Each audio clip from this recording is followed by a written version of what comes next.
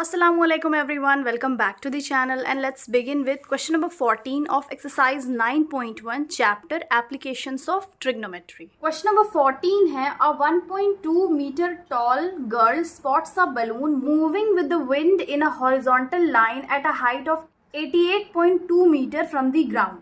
The angle of elevation from the balloon from the eyes of the girl at any instant is 60 degree. After some time the angle of elevation reduces to 30 degree. See figure. Find the distance traveled by the balloon during the interval. तो यहाँ पे हम रफली figure draw कर लिए हैं. इस question में है कि एक 1.2 मीटर टॉल लड़की स्पॉट्स अ बलून यानी कि बलून देखती है जो कि ग्राउंड से 88.2 मीटर हाइट के ऊपर मूव कर रहा है विंड में and the angle of elevation of the balloon. अब इस लड़की के आई से जो एंगल ऑफ एलिवेशन बन रहा है टू बलून वो क्या है 60 डिग्री. फिर कुछ देर बाद और दूसरा एंगल ऑफ एलिवेशन बन रहा है 30 डिग्री आफ्टर सम टाइम. तो यहाँ पे हम लोग को डिस्टेंस फाइंड करना है which is travelled by the balloon यानी कि ये डिस्टेंस फाइंड करना है.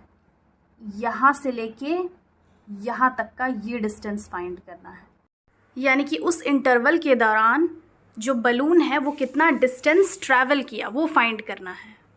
तो इसको हम लोग डिनोट कर लेते हैं ए बी सी डी, फिर इसको ई एफ, ये पॉइंट है ई, ये पॉइंट है F, this is G and H.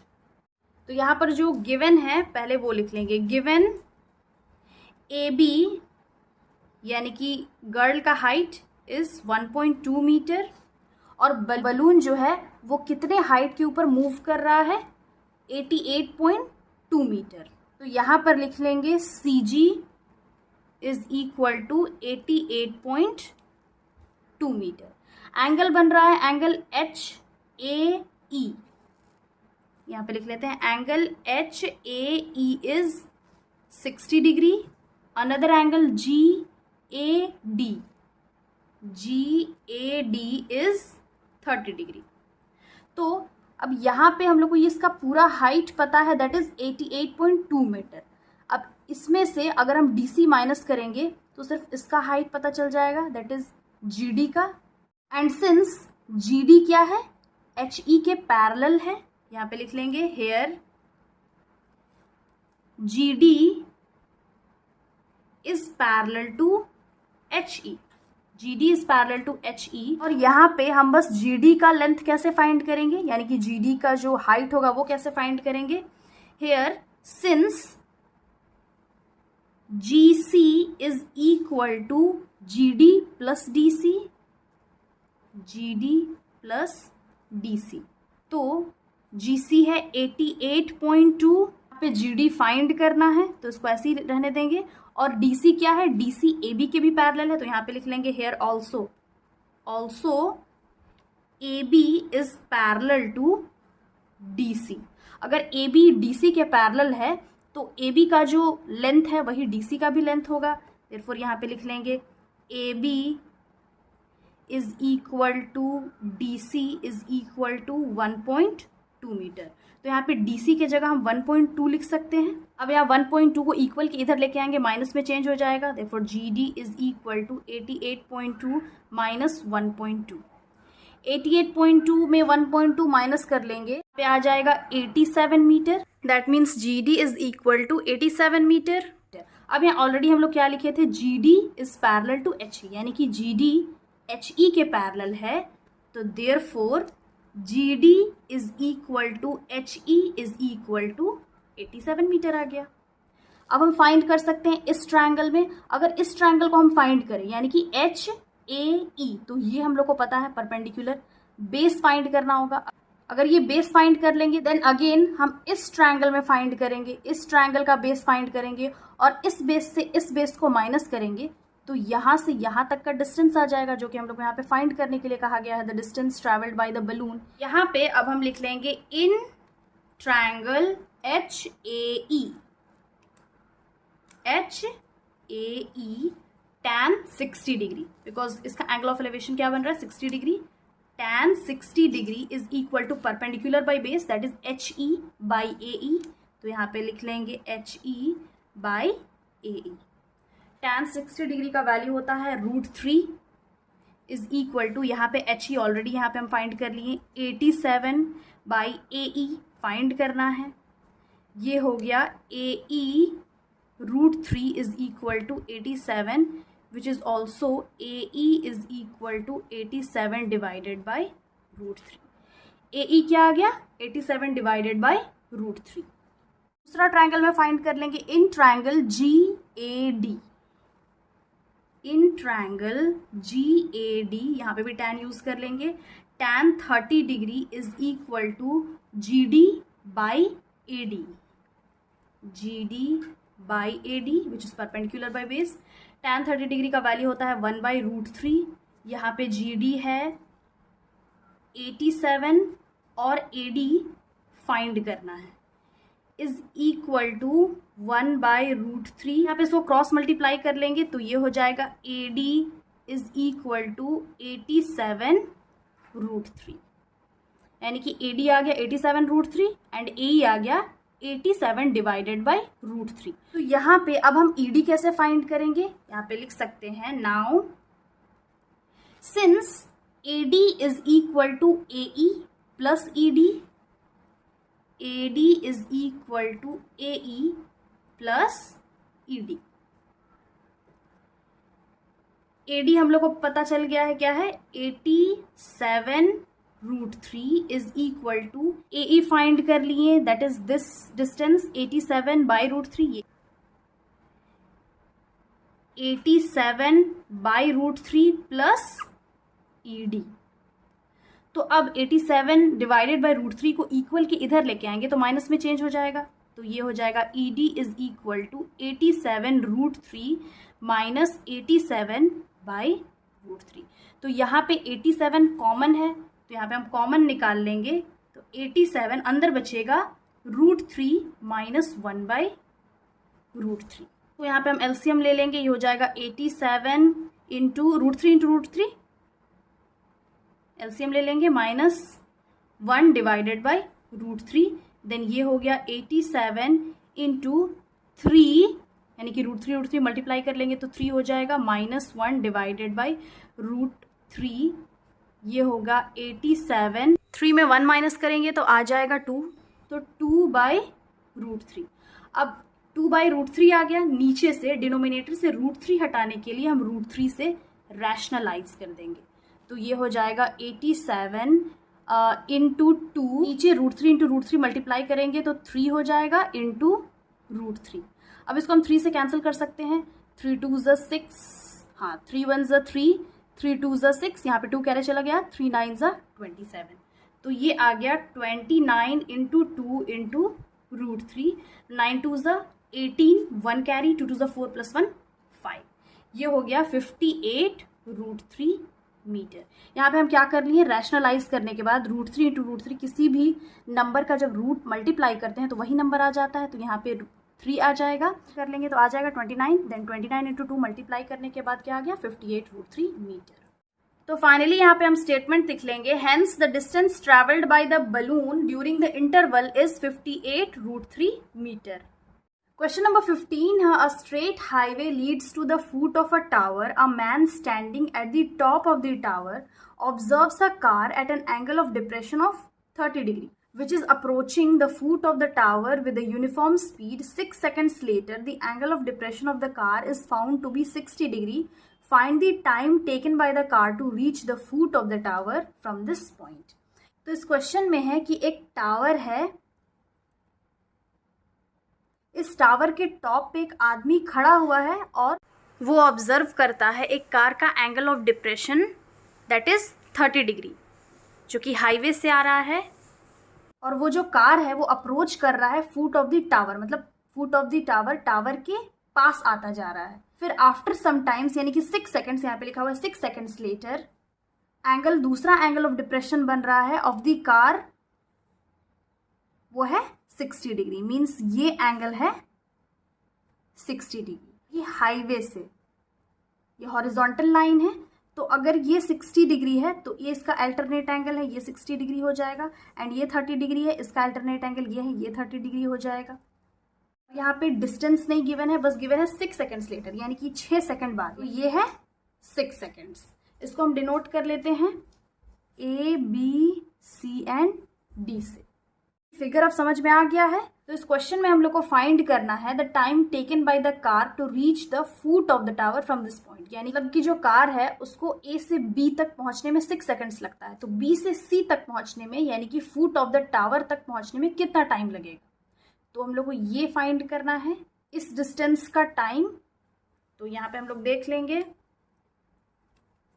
पहले फर्स्ट ट्रायंगल फाइंड करते हैं। In triangle DBC, in triangle DBC tan use करेंगे, because tan is equal to होता है परपेंडिकुलर बाय बेस।